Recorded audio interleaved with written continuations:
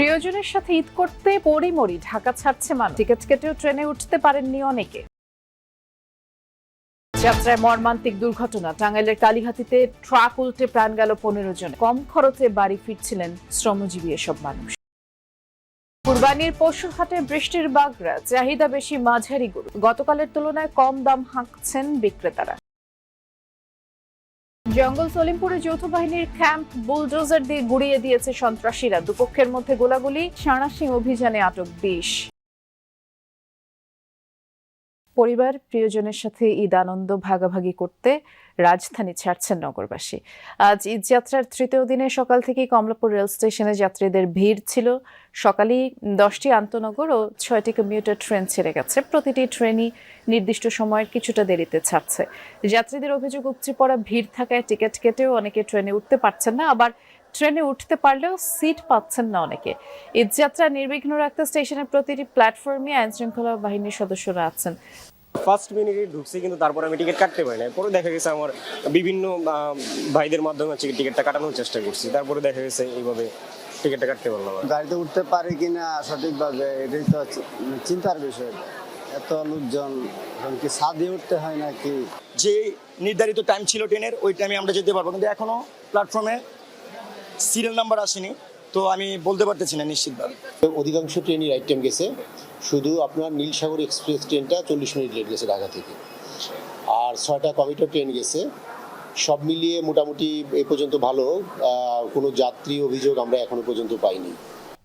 এদিকে যাত্রীদের থেকে বাড়তি ভাড়া নেয়া, ভুয়া টিকিট সরবরাহ, নির্ধারিত সময় বাস না আসা সহ একাধিক অভিযোগ উঠেছে সায়দাবাদ এলাকার একাধিক বাস কাউন্টারের বিরুদ্ধে। আর এই অভিযোগের প্রেক্ষিতে ম্যাজিস্ট্রেট অভিযানে জরিমানা করা হয় সেন্ট মার্টিন সার্বিক পরিবহন সহ একাধিক পরিবহনকে। যাত্রীরা জানান 100 থেকে 200 টাকা পর্যন্ত তাদের কাছ থেকে বেশি ভাড়া নেওয়া হচ্ছে, তবে বোনাসের নামে বাড়তি ভাড়ার কথা স্বীকার করেন কাউন্টার সংশ্লিষ্টরা। অন্য সময় তো 500 টাকা করে নিত, 500 টাকা করে 500 টাকা নিচ্ছে, কিন্তু রোজার সময় গেছে 500 টাকা করে। এখান থেকে গেলে 300 টাকা, কিন্তু আমাদের কাছ থেকে 600 টাকা নিছে। এখন যেহেতু ঈদের সময় নিতে পারে, কিন্তু 500 টাকা যেখানে 300 টাকা ভাড়া, 200 টাকা বেশি নিচ্ছে। ন্যায্য মূল্যে বা অতিরিক্ত মূল্য না দিয়ে। সাত সকালে সড়কে আবারও মৃত্যুর মিছিল। টাঙ্গাইলের কালিহাতী উপজেলায় সরাতল এলাকায় রড বোঝাই ট্রাক উল্টে 15 জনের প্রাণ গেছে, অন্তত 9 জন আহত হয়েছেন। নিহতরা সবাই শ্রমজীবী মানুষ। ঈদে কম খরচে বাড়ি ফিরতে ট্রাকে করে রওনা হয়েছিলেন তারা। নিহতদের 11 জনের বাড়ি নওগাঁয়। মর্মান্তিক এই ঘটনায় স্বজনদের আহাজারি থামছে না। পরিবারের সাথে ঈদ করতে বাড়ি ফিরছিলেন ভাগ্যহত এসব শ্রমজীবী মানুষ। সড়ক দুর্ঘটনায় মুহূর্তেই পাড়ি জমালেন না ফেরার দেশে। আহতরা জানান, চট্টগ্রাম থেকে ছেড়ে আসা রড বোঝাই ট্রাকটি যাচ্ছিল উত্তরবঙ্গে। ঈদে বাড়ি ফিরতে বিভিন্ন স্থান থেকে 25 জনেরও বেশি নিম্ন আয়ের মানুষ ট্রাকটিতে চড়েছিলেন। ভোর 4টার দিকে টাঙ্গাইলের কালিহাতী উপজেলার সরাতল এলাকায় পৌঁছালে নিয়ন্ত্রণ হারান চালক। মহাসড়কের পাশে উল্টে পড়ে ট্রাকটি। ঘটনাস্থলেই মারা যান 15 জন। গাড়ি মনে করো উল্টি খাইছে, উল্টি খাওয়ার পরে দেখছি মাটিতে এসে মাথা ঠেয়ে গেল। ব্যাপার কি বলে মাটি খোঁড়া শুরু করে দিচ্ছে, কাঁচা মাটি, কোনো মতন নিঃশ্বাস নিতে দান পারি। ঈদে বাড়ি যাচ্ছে মানুষ, রডের ট্রাকে বসে 25-26 জন যাত্রী ছিল। ট্রাকটা সরাতল নামক স্থানে উল্টে গেছে। আইসা দেখি যে এরকম মানুষজন রডের নিচে পড়ে রয়েছে, সাইডে 4-5 জন আছে। আমরা টানাটানি করছি, বাড়ির থেকে কোদাল নিয়ে আসছি, শাবল নিয়ে আসছি, উদ্ধার করার চেষ্টা করছি, পারি নাই। পরে থানায় খবর দিছি। খবর পেয়ে ঘটনাস্থলে ছুটে যায় ফায়ার সার্ভিস ও পুলিশ। আহত 9 জনকে উদ্ধার করে পাঠানো হয় হাসপাতালে। মরদেহগুলো নেওয়া হয় মর্গে।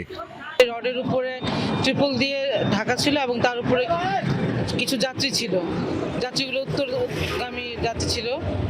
তো আমরা প্রাথমিক অবস্থায় ধারণা করছি যে নিয়ন্ত্রণ হারিয়ে ট্রাকটি পড়ে যায় এবং ঘটনাস্থলেই 15 জন মারা যান। নিহতদের সবাই রাজশাহী বিভাগের বাসিন্দা। তাদের মধ্যে 11 জন। জমে উঠেছে রাজধানীর কুরবানির পশুর হাট। গাবতলী থেকে শাহজাহানপুর, প্রতিটি হাটে এখন উপচে পড়া ভিড়। দেশের বিভিন্ন জেলা থেকে ট্রাক ভর্তি গরু, মহিষ, ছাগল আসছে হাটগুলোতে। রাজধানীর 2 সিটি কর্পোরেশনের 24টি হাটে এখন উৎসব মুখর পরিবেশ। ভোর থেকে রাজধানীর বিভিন্ন পশুর হাটে বিক্রেতাদের হাঁকডাক। কেউ পরিবার নিয়ে এসেছেন কুরবানির পশু কিনতে, আবার কেউ শুধু বাজার ঘুরে দেখতে এসেছেন। দেশি ও মাঝারি আকারের গরুর চাহিদাই বেশি। বিক্রেতারা বলছেন, খামারিদের আনা গরুর সংখ্যা বেশি হওয়ায় নানা দামে কুরবানির পশু পাচ্ছেন ক্রেতারাও। অন্যদিকে ক্রেতারা বলছেন, কয়েক দফা দরদামের পরেই পছন্দের গরু মিলছে। এদিকে দুপুরের দিকে মুষলধারের বৃষ্টির কারণে ক্রেতা বিক্রেতা বিপাকে পড়েন। ঈদের আগের 3 দিন সর্বোচ্চ বিক্রির আশা বিক্রেতাদের। তবে সীমান্ত দিয়ে ভারতীয় গরু আসলে লোকসান গুনতে হবে বলে শঙ্কাও রয়েছে। আমরা আজকেও কিনতে পারি, কালকেও কিনতে পারি, তবে পরশু দিনের জন্য অপেক্ষা করব না। আমি আল্লাহর রহমতে 10টা বেরেছি আর 30টা গরু আছে। আল্লাহ দিলে আজকে দিয়ে কালকে দিয়ে বেচার চিন্তা ভাবনা আছে। গত বছর আমি এখান থেকে যে গরু কিনছিলাম আপনার 1 লাখ, খেয়াল নেই আমার সঠিক কত হইলো, 1.5 লাখ না 55,000 50 ছিল। সেই গরুই এখন 70,000। 3টে আনছিলাম, 2টা বিক্রি করছি আর একটা আছে। এক্সপেরিয়েন্সটা আর কি বিল্ড আপ হইলো, দ্যাটস দ্য ফার্স্ট থিং। দেন আমাদেরও তো এক সময় মানে এসব করতে হবে। সো এখন তো রিজনেবল আছে, মানে বেশিও না কমও না। বেশি বৈরী আবহাওয়া আছে, তা উপেক্ষা করেও ক্রেতা বিক্রেতারা এই শাহজাহানপুরের হাটে আসছেন এবং উৎসবমুখর পরিবেশে আসলে তারা তাদের পছন্দের পশুটি কিনতে চাচ্ছেন ক্রেতারা, এবং একই সাথে বিক্রেতারা সারা দেশ থেকে কোরবানির পশু নিয়ে এসেছেন। জানি রাখি এই হাটে বিশেষ করে জামালপুর, মেহেরপুর, সিরাজগঞ্জ, কুষ্টিয়া, যশোর, দিনাজপুর, রংপুর, ঝিনাইদহ এই সব অঞ্চল থেকে বেশি পরিমাণে গরু আনা হয়েছে। দেশের ভেতর আরেক দেশ হিসেবে পরিচিত ভয়ঙ্কর জনপদ চট্টগ্রামের জঙ্গল সলিমপুরে এবার মধ্যরাতে তাণ্ডব চালালো সশস্ত্র সন্ত্রাসীরা। যৌথ বাহিনীর ক্যাম্পে গুলি এবং হামলা চালিয়ে গুড়িয়ে দেয় তারা, কেটে দেয় রাস্তা। 2 ঘন্টা ধরে গোলাগুলি চলে।